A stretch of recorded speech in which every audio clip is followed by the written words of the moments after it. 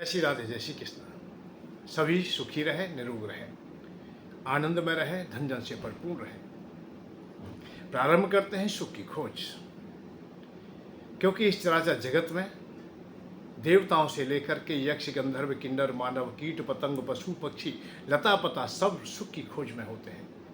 और विशेष करके मानव को हम लोग देखते हैं तो जब प्राकट्य होता है, जन्म होता है, तब से लेकर के अंतिम पड़ाव बुढ़ापे तक निरंतर सुख की खोज में ही रहता है। और सुख कहाँ से मिलेगा, कैसे मिलेगा, ये युक्तियाँ नाना प्रकार से अपनाई जाती है। अपने अपने मत के अनुसार सब लोग हमें सुख की खोज बताते हैं।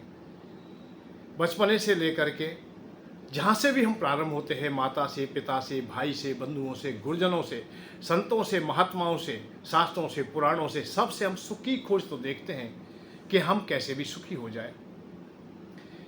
अपने भी मत के अनुसार भी और दूसरों के मत के अनुसार भी हम लोग सुख की खोज करते हैं, अर्थात उन्हीं की कामना करते हैं। सुख के वैसे साधन कौन से हैं, यही एक अलग बात है। 3 प्रकार से सुख प्राप्त होता है, अर्थात लौकिकता से भी, देवताओं से भी और स्वयं के परिश्रम। अर्थात हम लोग विशेष करके 2 ही भागों में बांट दिया जाए, लौकिक और पारलौकिक। लौकिक में तो अपने द्वारा ही प्रयत्न करके आप लोग सुखी होंगे, भाई काम करेंगे, पढ़ेंगे, लिखेंगे, आपके पास में जो युक्तियाँ हैं, जो कला है, उनके द्वारा धनोपार्जन होगा, अर्थात सुख मिलेगा, है, शांति का मार्ग मिलेगा। अच्छा खाएंगे पिएंगे, रोग से भी दूर रहेंगे। कहने का मेरा इशारा यही है कि अपने विवेक से आप लोग संसार में चलेंगे, अर्थात लौकिकता में चलेंगे। दूसरा आध्यात्मिक क्षेत्र, अर्थात भगवान की कृपा से आप लोग सुख की खोज की ओर चलेंगे, अर्थात देवताओं की कृपा से आप सुख प्राप्त करेंगे।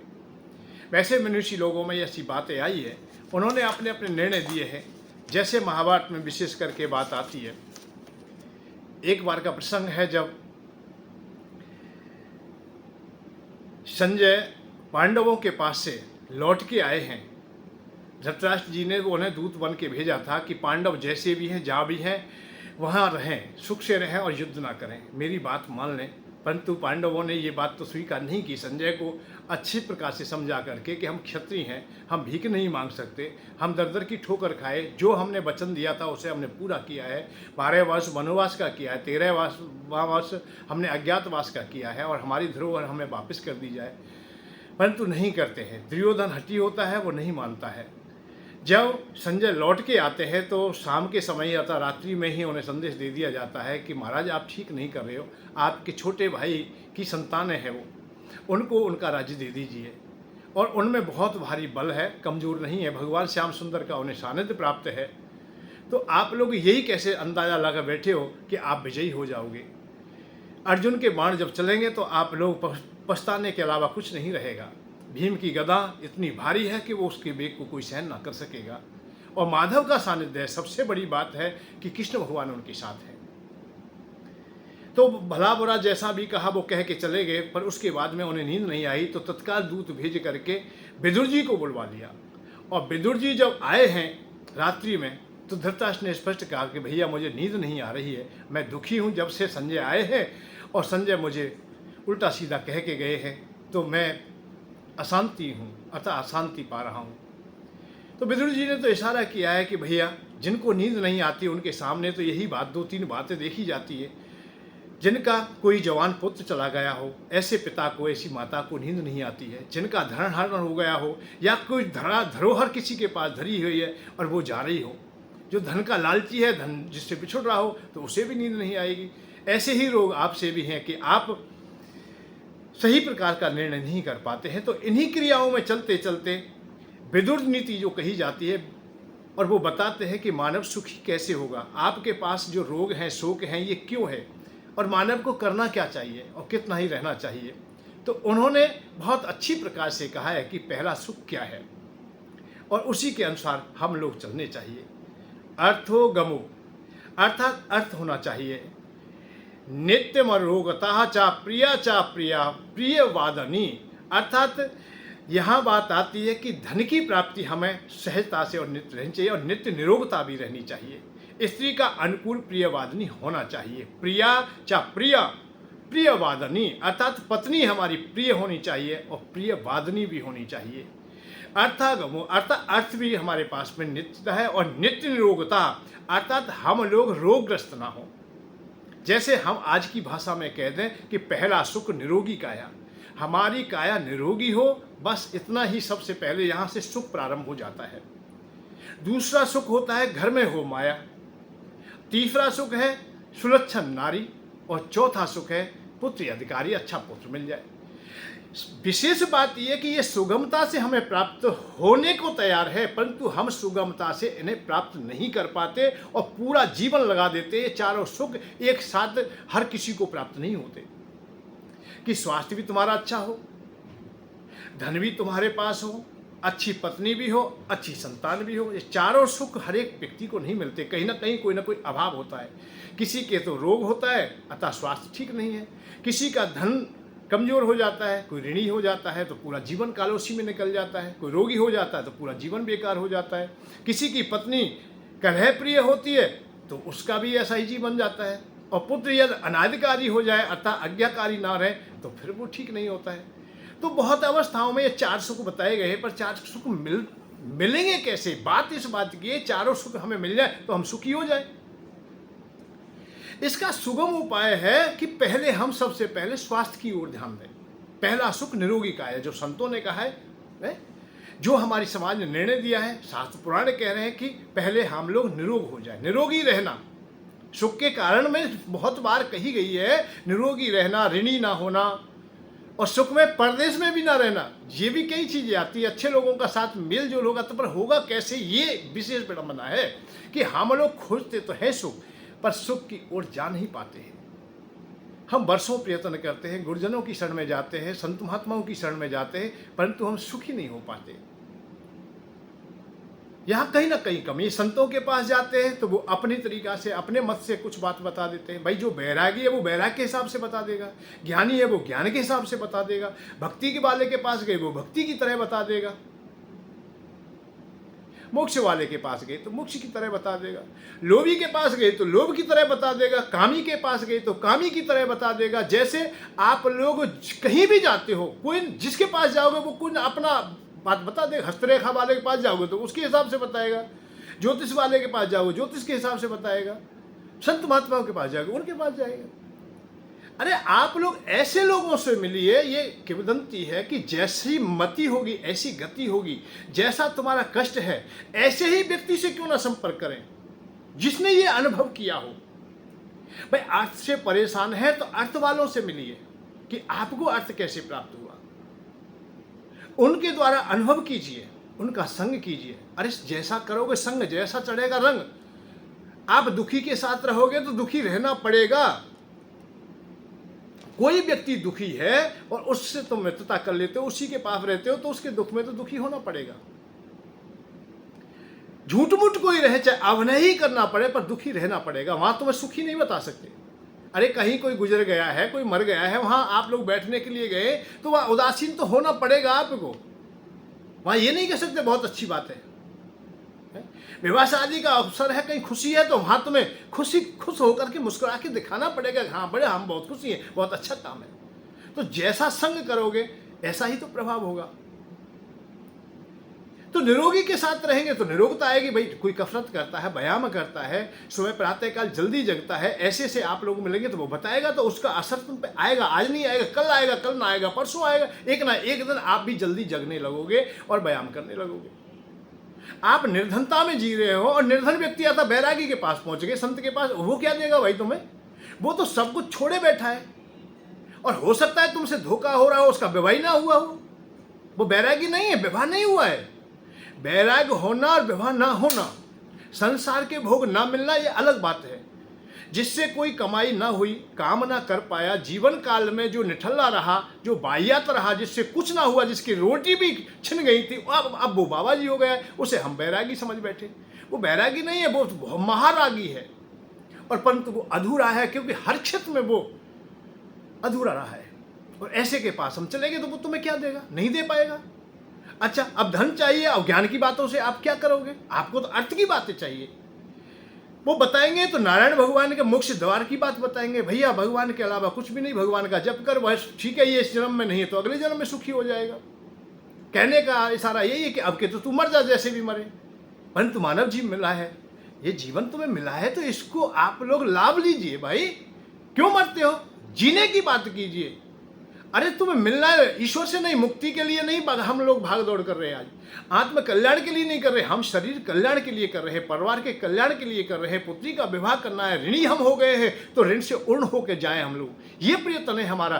तो हम क्यों ना हम देवताओं से सहायता लें भाई। स्वास्थ्य हमारा खराब है तो धन्वंतरी जी से मिलें, और अर्थ हमारा खराब है तो हम कुबेर जी से मिलें। बस दो ही बातों को ध्यान रखिए, और दो ही जीवन में पाने के योग्य हैं कि निरोगता और अर्थता।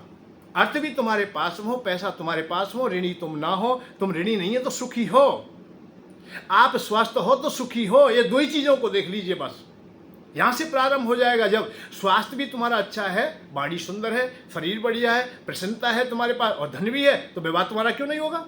तुम काने भी होंगे तो भी विवाह होगा, कुरूप भी होंगे तो भी विवाह होगा, और अच्छी लड़की से होगा, अच्छी कन्या से विवाह होगा। और अच्छे ही नहीं, जब सब ये तीनों चीज़ें मिल जाएंगी तो अच्छी संतान हो जाएगी। संतान के भी पास में हम देखेंगे हर चीज़ की प्रचुर मात्रा में सब व्यवस्थाएं हैं, पढ़ने की, लिखने की, बैठने की, उठने की, खेलने की, तो फिर वो वाहियात क्यों होगा, बेकार क्यों हो जाएगा? उसको भी अच्छी शिक्षा हम दे सकेंगे, अच्छी बातें हम बता सकेंगे। जब हमसे रोटी कमाने पर ही टाइम नहीं मिल पाया, रोटी कमाते रहे, कपड़े कमाते रहे, जैसे तैसे पूरे जीवन हम भीख मांगते रहे या दूसरों के सहारे जीते रहे, हाथ पसारते रहे, खैरात पे जीते रहे, तो हम बच्चों को क्या शिक्षा देंगे? पत्नी को हम कैसे सुरक्षित रखेंगे? या अपना भी स्वास्थ्य अच्छा नहीं था तो हम कैसे व्यवसाय कर पाएंगे? तो दो चीज़ों का विशेष करके ध्यान रखें, स्वास्थ्य का और अर्थ का। और अर्थ के देवता और स्वास्थ्य के देवता, ये दोनों बड़े सरल हैं। यदि बीमार हैं आप लोग और बीमारी तुमसे असाध्य हो गई है, तो आप धन्वंतरी जी से प्रार्थना करेंगे तो जल्दी से जल्दी औषधि तुम्हारी काम करेंगे और रोगता आ जाएगी। और आगामी के लिए प्रार्थना करेंगे कि भगवान हम लोग बीमार हो ही नहीं। ओम नमो भगवते महासुदर्शनाय वासुदेवाय धन्वंतरे नमः। हाथ जोड़ करके प्रार्थना करें, बड़ा अच्छा लगता है। अमृत कला संस्थाय सर्व भय विनाशाय सर्व रोग निवारणाय, सर्व भयों को दूर करने की क्षमता रखते हैं। हाथ में अमृत का कलश है, और 24 अवतारों में विष्णु भगवान के ही अवतार है। ये धन्वंतरी जी कोई अलग से नहीं है कि देवता ही मात्र हो, ये ईश्वर है, ये परमात्मा है। अमृत कलश है, जिसके पास में अमृत है वो तुम्हें किसे अमरता ना दे। तुम्हारी अकाल मृत्यु खत्म हो जाएगी, तुम्हें कभी अकाल मृत्यु तो होगी नहीं, मृत्यु से भय खत्म हो जाएगा तुम्हारा, सर्व भय का विनाश हो जाएगा, सर्व रोग निवारण हो जाएंगे।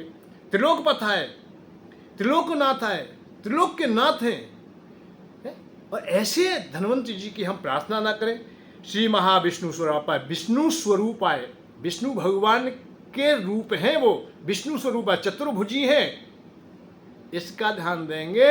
विष्णु भगवान का ही स्वरूप है, चतुर्भुजी हैं, दो भुजाओं वाले नहीं। ये धन्वंतरी जी महाराज भगवान चतुर्भुज में आता विष्णु रूपाय है, धन्वंतरी स्वरूपाय, श्री श्री श्री औषधर चक्र नारायण नमो, नारायण तक कहा गया है। तो आप लोगों को ये लोग और परलोक दोनों सार्थक हो रहे, किससे? धन्वंतरी जी की उपासना से। आप नारायण को पाना चाहते हो तो नारायण भी मिलता है, और संसार को पाना चाहते हो तो संसार भी मिलता है। जब दोनों हाथों में तुम्हारे में लड्डू हैं तो धन्वंतरी जी की पूजा कीजिए, उनकी स्थापना कीजिए, सब कुछ मिल जाएगा। और कुबेर जी की स्थापना कीजिए, आपको धन भी मिल जाएगा। जो चीज तुम्हें चाहिए, आप लोग संकोच में क्यों रहे? क्योंकि आप लोग वैरागियों से मिले हैं, आप लोग मोक्ष वालों से मिले हैं, आप ब्रह्मज्ञान वालों से मिले। संसार की बात किसी ने की नहीं, तुम्हारी पीड़ा की तरफ देखा ही नहीं कि आपको अर्थ चाहिए, आपको स्वास्थ्य चाहिए, आपको अच्छी पत्नी चाहिए, अच्छी संतान चाहिए, इसे और ध्यान दिया ही नहीं। ये 3-4 बातें हैं जो संसार में तुम्हें पुष्ट बनाती हैं, और इस संसार में तुम सुखी हो गए तो वहाँ आनंद के लिए भी तुम्हारा स्थान मिल जाएगा। त्रिगुणमयी माया में 3 भाग कर लीजिए, दुख, सुख, आनंद। दुख क्या है? संसार का अभाव। किसी भी वस्तु प्राणी का तुम्हें आवश्यकता है और उसका अभाव है, वो तुम्हें प्राप्त नहीं होती है सुगमता से, तो ये दुख है। और वो पा जाते हैं, आप लोग पा लेते हैं, संसार के भोगों को पा लेते हैं, पत्नी को पा लेते हैं, बच्चों को पा लेते हैं, धन को पा लेते हैं, स्वास्थ्य अच्छा रहता है, मान सम्मान तुम्हें मिल जाता है, इसका नाम है सुख।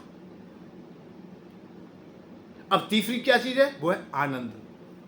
आनंद का संबंध चित्त से है, आत्मा से है, मन बुद्धि से है, ये शरीर से नहीं। शरीर की भौतिकता में भौतिकता जुड़ती है, अभाव में कष्ट ही कष्ट होता है। तो तीन त्रिगुणमयी माया में तीन भाग है, सतोगुण, रजोगुण, तमोगुण। तो तीनों में से आप लोग सहजता से पाने का प्रयत्न तो किए। आप सुख की ओर चाहते तो है, पर सुख जहां मिलेगा वहां नहीं जा रहे, क्योंकि आपको जाना था बॉम्बे के लिए, आपने बैठ गए दिल्ली की ट्रेन में। फर्क केवल इतना है, बैठे तो ट्रेन में ही है, आप लोग रेलगाड़ी में ही बैठे हो और यात्रा भी कर रहे हो और जा भी रहे हो, पूरा सफर भी कर रहे हो, परंतु जहां जाना था वहां नहीं गए। हमें आवश्यकता थी धन की, धन के देवता के पास नहीं गए। हमें आवश्यकता थी सुख साधनों की, अर्थात स्वास्थ्य अच्छा रहे हमारा, उन देवताओं के पास नहीं गए। हम गए किसके पास? जहाँ से हमें वापस आना ही नहीं है। हमें मुक्ति धाम के लिए, अब पत्नी रोती रहे, बच्चे रोते रहे, कन्या की शादी हो या ना हो, घर वालों की सेवा हो या ना हो। जब मोक्ष धाम की ओर चल दिए हैं, मुक्ति की ओर चल दिए हैं, तो अब घर की बात कैसे करें भाई? और कौन तुम्हें देगा भाई? आपको आवश्यकता है मोक्ष की, तो धन तुम्हें क्यों देगा कोई? बैरागी को धन क्यों देगा भाई? रागी को धन चाहिए, बैरागी को नहीं।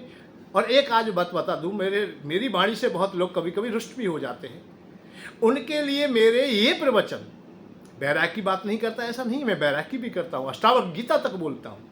जब बोलेंगे अष्टावक्र गीता में तो किसी देवता की उपासना तक की भी बात नहीं। बैराग इतना बढ़ जाता है कि जनक महाराज से अष्टावक्र जी ये तक कह देते हैं, ना तुम विप्र आदि को वर्णो न समी न गोचर असंगो असी निराकारो सर्व साखी सुखी भवा। तू सुखी हो जा, तेरा किसी संग ही नहीं है, तू राजा ही नहीं है, तू ना क्षत्रिय है ना तू वैश्य है, कोई वर्ण वाला भी नहीं है, तू देह वाला भी नहीं है। यहाँ बैराग की बातें आती हैं, मोक्ष धर्म की बातें आती हैं।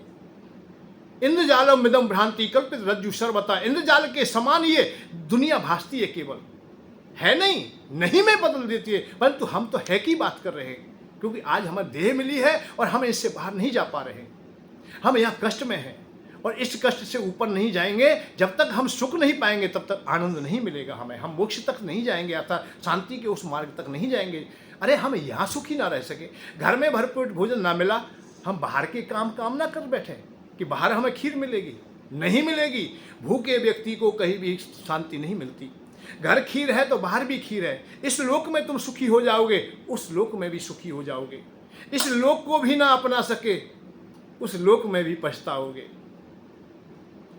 संसार से भागे फिरते हो, भगवान को तुम क्या पाओगे? जब संसार से ही भागे फिर रहे हो तो भगवान को क्या पालेंगे? अरे संसार को पाइए जो तुम्हारे हाथ में है। कर्म करके तुम इसे पा सकते हो, मेहनत करके आप पा सकते हो। आप धन्वंतरी महाराज की उपासना कीजिए निरोगता के लिए, और धन पाने के लिए कुबेर जी की उपासना कीजिए। बस सब झमेले को छोड़ दिए, सब मिल जाएगा तुम्हें। नारायण भी मिलेंगे, लक्ष्मी भी मिलेंगी, हर कोई मिलेगा। आप रास्ता भटक चुके हो, सही प्रकार के रास्तों को आप लोग अपना नहीं पा रहे हो।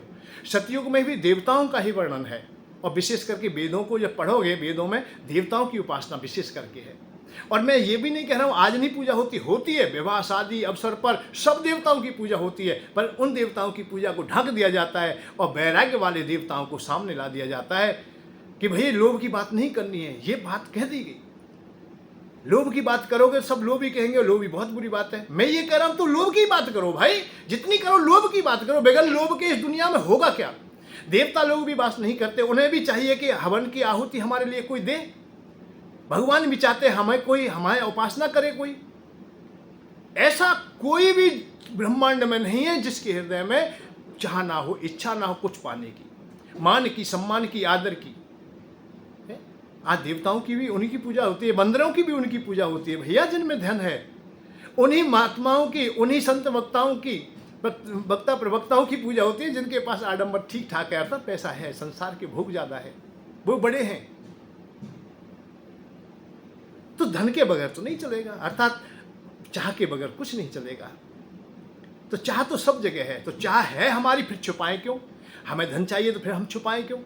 अरे उन बैरागियों की तरह आप भी छुपाने लगे, जैसे वो वाणी से तो कह नहीं रहे कि हमें धन चाहिए, परंतु अरबों खरबों की संपत्ति अर्थात बड़े बड़े आश्रम बनाए जा रहे हैं। भैया धन नहीं चाहिए था, बैरागी था, तो फिर ये आडंबर फिर क्यों इकट्ठा हो रहा है? इधर चार इधर चल रहे, चार इधर चल रहे हैं, 10-20 गाड़ी चल रही हैं, बड़े बड़ी सुविधाओं के अनुसार सब कुछ ठीक है। कहीं बैराग सा तो दिखाई देता नहीं, पर बैराग की वाणी है। वाणी से त्यागी वही काल ने मुझे स्वरूप, अरे ब्रजवासी सच जान ले क्या थे रे अनुरूप, काल नेम जैसे, अरे काल नेम जैसी त्रिकालदर्शी हो गए तो भाई बह हो जाइए, ऊपर ऊपर से बोल रहे हैं। ठगने चले हनुमान महावीर को 2 घूंसा 2 लाख, अरे अंत में ठगने चले हैं तो भैया कुछ परिणाम तो विपरीत हो भी सकता है, जैसे आज बहुत लोगों का हो जाता है। मैं केवल इतना ही कहना चाहूँगा आपको, आप जब सुख का साधन देख रहे हो, सुखी होना चाहते हो, तो धन्वंतरी जी की उपासना और कुबेर जी की उपासना से जुड़िए, बड़ा अच्छा लगेगा। आप लोग सीधे सीधे ही आप लोग कर लेते हो, बहुत बढ़िया है, और नहीं कर पाते हो तो हमसे संपर्क कर लीजिए, भाई हम तुम्हारा साथ देंगे, आप हमारा साथ दीजिए। हम युक्ति मुक्ति बता देंगे आपको कि इस तरह से उपासना कीजिए, साधारणता से आप लोग उपासना कीजिए। आप लोग जोड़ता दे तो घी सामग्री पूजा का सामान हमें दीजिए, भाई हम तुम्हारा सहयोग करेंगे। अरे कहीं तो आप अपना एडमिशन कराइए भाई, कहीं तो आप लोग खाता खोलिए, खाता खुलते ही तुम्हारे पे भी पैसा जमा होने लगेगा, जैसे बैंक में खुल जाता है। ऐसे ही आप लोग धन्वंतरी जी की उपासना में सम्मिलित हो जाते हो, केवल सम्मिलित ही हो जाइए। आप लोग बड़े यज्ञ नहीं कर पाते, आप लोग उपासना नहीं कर पाते कि स्वास्थ्य के लिए कामना कर तो सकते हो, उनसे जुड़ तो सकते हो। आप फोन कीजिए, आप जुड़ जाते हो। जुड़ करके आप लोग घी सामग्री पूजा सामान यदा कदा आप लोग आश्रम तक पहुंचा दीजिए, दे दीजिए, बस हो गया काम। अरे घर में निरोगता रहेगी।